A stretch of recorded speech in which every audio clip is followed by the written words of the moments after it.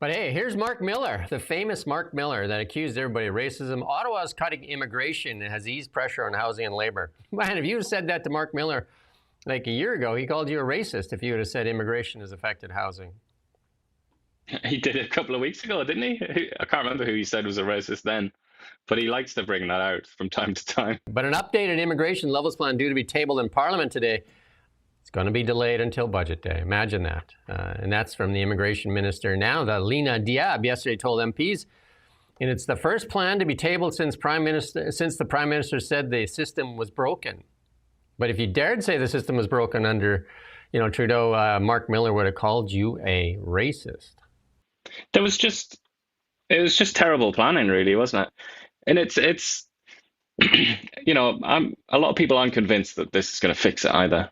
Bring down quite a modest reduction in immigration, really. It's not really a reduction. For temporary workers. And it's playing with numbers. It's moving people into other categories, right? Just like, we're bringing down this category. There's that. Yeah, there is that, yeah. But I mean, the big one, the headline was, I'll bring the permanent residents, quota down. But that was from, so the latest data, the latest numbers, 470,000 to 395,000. It's like, okay. But then the big one that they were really proud of was temporary workers will no longer be 7% of the Canadian population, but instead 5%. I believe that was their prediction. I mean, it's tinkering around the edges, isn't it? Especially when you see that, there are other ways to get into Canada than just temporary worker visa and permanent residency. There is also asylum. And we saw yesterday, didn't we, the Americans confirming that they're only going to let in 7,500 refugees.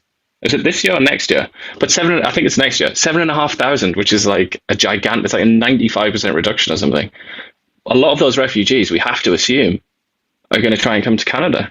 And we know in the past the Liberals have had a hard time trying to say no to such people.